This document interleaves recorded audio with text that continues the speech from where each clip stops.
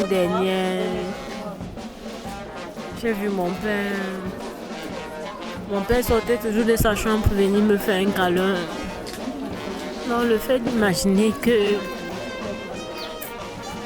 il ne sortira plus de sa chambre pour venir m'embrasser, je sais pas. Le souvenir que je garde tellement de mon père, c'est d'être toujours en train de nous dire Dieu est grand, Dieu est bon.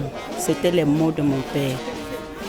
Papa, on nous aussi, Olivier, papa, tu as fait ton débat sur nous. Tu as été un papa très très responsable, très amour mon père. Et que le Seigneur te garde bien auprès de lui, papa.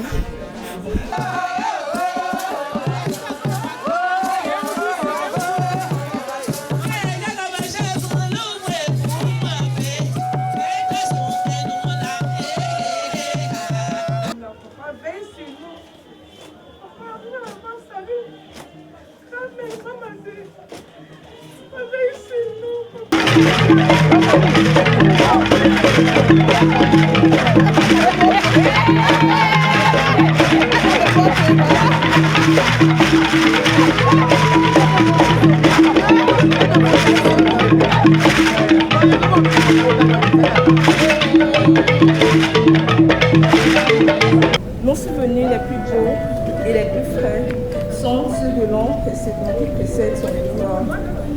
Chaque jour, grand-père se réveillait avec des énergies, des activités et des lieux différents. Lundi, il était propriétaire de sa maison. Mardi, il était locataire. Mercredi, il avait réunion. Jeudi, il se réveillait un jour dans sa position pour aller voir la tombe de sa mère. Les vendredis, maman Agnès était sa femme et quelques samedis, elle devenait sa sœur. C'était deux fois lassant de toujours devoir lui rappeler la réalité avec le temps. J'ai compris que l'Éternel nous donnait des occasions exceptionnelles pour revivre des anecdotes de grand-père. Maladie. Il y a deux choses que grand-père n'a jamais oubliées. Dieu et les personnes qui lui promettaient le vin. Il a toujours rendu grâce à Dieu pour sa vie. Et même dans sa maladie, où il oubliait l'identité de tout le monde, même de ses propres enfants. Mais il n'a jamais manqué l'occasion de rendre grâce à son Créateur. Il disait toujours son mot fétiche. Dieu est là, Dieu est là. Jusqu'à son lit de mort, il évoquait. Notre consolation aujourd'hui est que notre grand-père, là où il se trouve, il est fier de nous. Qu'il demeure dans l'abri du Créateur. Là-bas, il boira tout son vin qu'il a toujours aimé. Le Père l'adore. Ne le voyez pas coucher comme ça. C'est un très bel homme. Il a vécu dans l'abondance et il est parti se reposer. Rassasié des jours. Des petits-enfants aujourd'hui, grand-père, qui n'ont pas eu la chance d'être à côté de toi. Et ceux qui ont eu la chance d'être là pour te donner tout notre amour. Nous te disons merci parce que nous avons eu la grâce de te voir. Je connais mon mari depuis 1966. On s'est mariés, on a fait des enfants. Notre premier fils est né en 67. Chaque couple a eu de beaux hauts et de bas comme nous aussi. Mais rien n'était grave. Lui n'a jamais été malade jusqu'à se coucher à l'hôpital. Ça, c'est sa première fois de se coucher à l'hôpital. Mais la maladie même qu'il a amenée à l'hôpital, ce n'était pas grave. C'était qu'un simple palais. On lui a donné du comprimé, il s'est rétabli. Mais la nuit, ça a recommencé. J'ai appelé ses enfants qui l'ont amené à l'hôpital. Et il n'est plus revenu. C'était un monsieur, la tête de la famille, du tout le côté. Du côté paternel, du côté maternel. Sans oublier même les passants. Sa maison, c'était comme, qu'est-ce que je peux dire? Tous ceux qui passaient là-bas se sentaient bien. Personne n'avait faim chez lui. Il y a une marmite là, une casserole, on appelait dans le temps Mercedes. Ça se vendait à 1500. J'étais la première femme à avoir cette marmite. Il a acheté ça pour que je prépare et nourrisse ses enfants. C'est parce que la séparation est vraiment douloureuse partout. Sinon, Sa mort, c'est une fête. Vu même que ses amis, tous ses amis sont morts, et c'est tout ce qu'il parlait. Il dit que Dieu m'a oublié, tous mes amis sont morts, je suis resté seul. Un jour, il a répété, j'ai dit que si tu répètes ça, je t'abandonne, je rentre chez nous. Il a dit, non, man, ne parle pas. Je parle seulement, je dis, ne répète plus. Donc, je peux dire, leur groupe là, il est le dernier. Le souvenir que j'ai gardé des Patagne, c'est que quand j'arrive à Yaoundé, c'est grâce à Patagne que je connais Yaoundé. Et c'est un patriarche qui nous a gardés, il nous a beaucoup gardés, il a fait grandir la famille, il recevait tout le monde, il n'avait pas d'intrigue que parmi ses enfants. Vraiment, ce qu'il demande à Dieu, vraiment, que Dieu prend Patagne, il le garde là où il met ses vraies personnes. Oui, d'accord. C'est un moment extrêmement difficile pour nous aujourd'hui. J'ai perdu un grand amour. Mon père, c'était un amour. C'était mon arbre de paix. Dans les moments difficiles, mon papa était toujours là. Jamais, jamais je n'oublierai mon père. Et cet amour ne souffrira de rien. Mon père nous a beaucoup aimés. Mon père était juste un amour. Papa très gentil. Papa Tagne est passé par là, les enfants, même les bébés. Papa Tagne est passé par là, vraiment. Il mérite ce coup. Il mérite. Papa Tagne, c'était un merveilleux papa. Un blagueur de feu. Il ne blaguait pas avec son vin rouge. C'était même mon papa, en tout cas. C'était un monsieur qui aimait jouer avec tout le monde. Ouais. Et un papa qui a été béni. À environ 100 ans, on ne pleure plus, hein. On fête.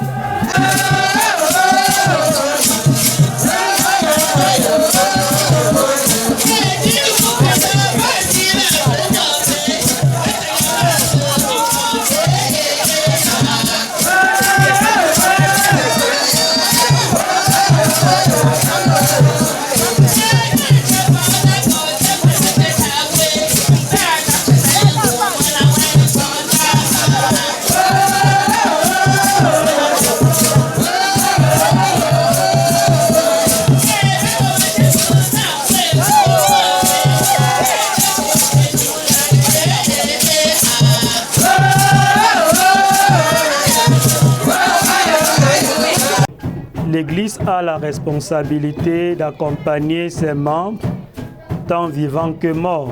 Parce que quand le membre décède, on a l'obligation de l'encadrer, d'encadrer sa famille. Et cette veillée est d'autant plus particulière parce qu'elle touche un membre important de notre communauté, Maman Tagia Jeannette. C'est pour elle que nous sommes là.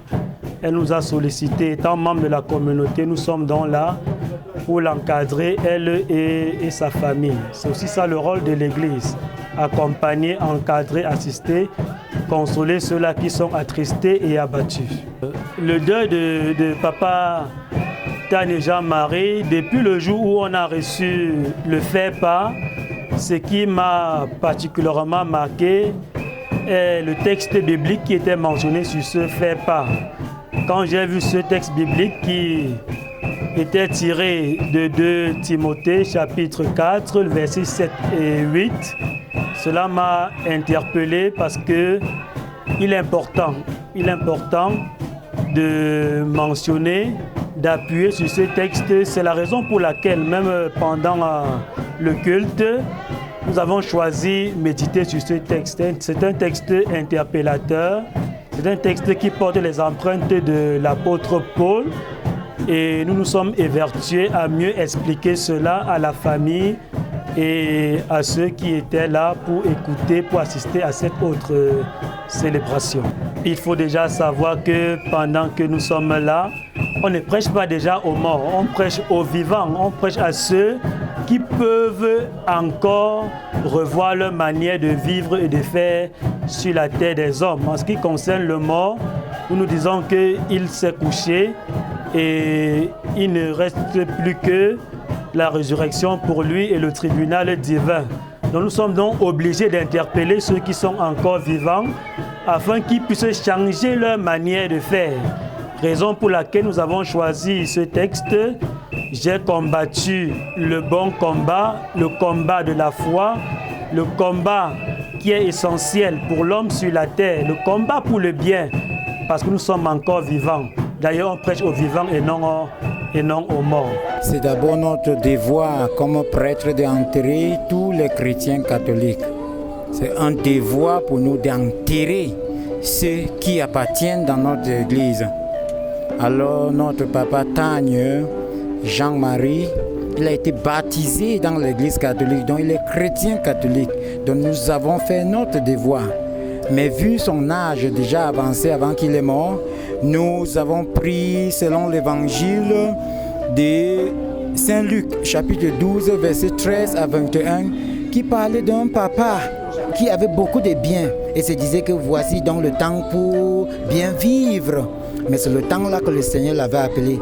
J'ai pris ça pour un peu interpeller la famille pour dire que les nombres des années que nous avons sont seulement le temps que le Seigneur nous donne pour mieux nous préparer afin de nous purifier pour gagner le ciel.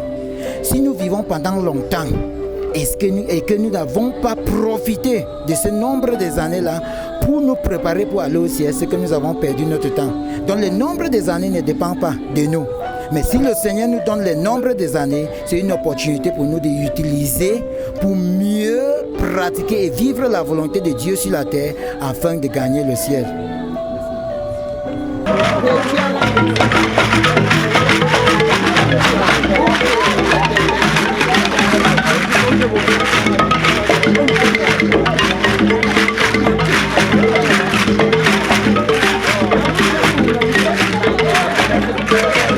C'est un papa chez qui je peux dire que j'ai grandi.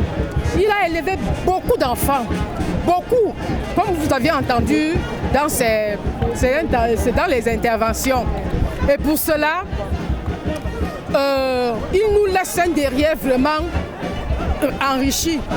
Parce qu'avec lui, prenait chaque personne à sa dimension. Donc un enfant, quand c'est un enfant, il sait parler à un enfant. Quand c'est une grande personne, il connaît parler à cette grande personne. Pour cela, il ne se fâchait de personne et personne ne se fâchait contre lui.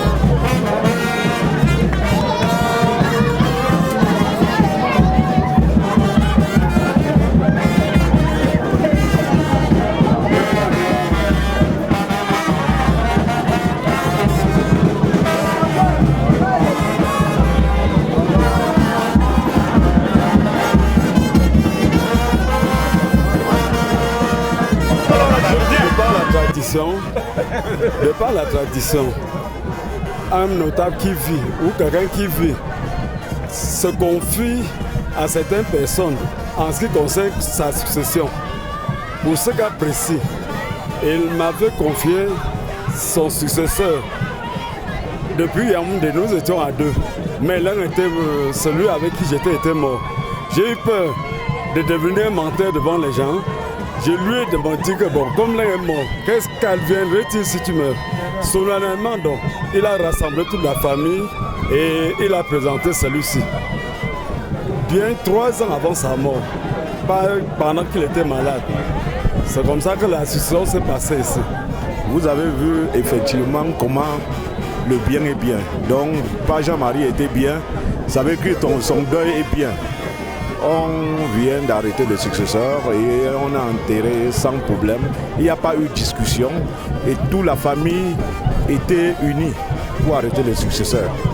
Donc vraiment, on croit que là, il y a plus de peur que de mal. Donc on ne peut plus avoir peur de quelque chose. On sait que Patagne n'est pas mort parce qu'il a un successeur. Et moi, en tant que chef de la communauté, c'est mon père, c'est mon tuteur. C'est pour ça que je suis là. Je ne pouvais pas manquer ce deuil. J'avais d'autres commissions à faire, mais j'ai préféré venir au deuil pour encadrer ce deuil-là. On ne peut pas énumérer tout ce qu'il a fait. C'était un encadreur. il nous a encadrés, il nous a donné beaucoup de conseils.